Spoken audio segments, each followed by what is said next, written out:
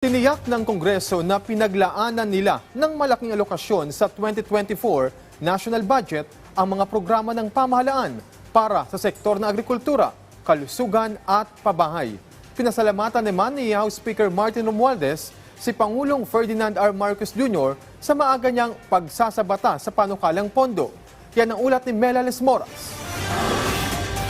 Kumpiyansa ang liderato ng Kamara na mas magandang bukas ang nakaabang sa mga Pilipino sa susunod na taon kasunod ng paglagda ni Pangulong Ferdinand R. Marcos Jr. sa General Appropriations Act of 2024 o 5.768 trillion pesos national budget para sa susunod na taon. Ayon kay House Speaker Martin Romualdez, sumasalamin ang maagang pagsabatas ng presidente sa pambansang pondo sa katatagan at progreso ng bansa. Ngayong kasado na ang 2024 budget, tiyak na magtutuloy-tuloy at hindi na anya maaantala pa ang mga programa para sa agrikultura, kalusugan, edukasyon at infrastruktura ng pamahalaan. Una nang kinumpirma ni Speaker Romualdez na kalahating trilyong piso ng 2024 GAA ay nakalaan para sa mga kapuspalad nating kababayan. Partikular na ang iba't ibang ayuda para sa hindi bababa sa 12 million poor and low-income families sa bansa.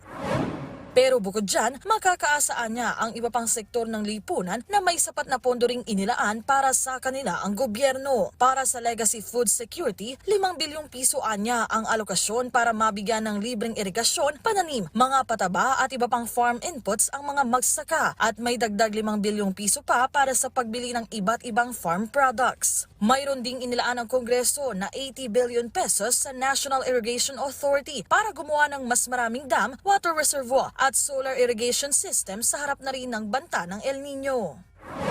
Ang sektor ng kalusugan naman binigyan din ng pamahalaan ng malaking pondo tulad ng Philippine General Hospital, National Kidney and Transplant Institute, Philippine Cancer Center, Philippine Children's Medical Center, Bicol Regional Medical Center at Batangas Regional Medical Center. Nariyan din naman ang iba't ibang programa para sa pabahay at sa West Philippine Sea na pinaglaanan din ng sapat na alokasyon ng Kongreso. Ayon kay House Committee on Appropriations Vice Chair Len Alonte, sa magiging paggamit ng pamahalaan sa 2024 budget, malaking tulong din ang mga bagong opisyal na iniluklok ng presidente kaya tiyak na mapapangasiwaan itong mabuti. Habang si House Committee on Metro Manila Development Vice Chair Joel Chua, tiniyak naman ang sapat na safeguards sa pambansang pondo para na rin sa mas epektibong paggamit nito. Pagtitiyak ng mga mambabatas hanggang sa implementasyon ng pambansang pondo, tututukan nila para sa kapakanan ng ating mga kababayan. Melales Moras para sa Bayan.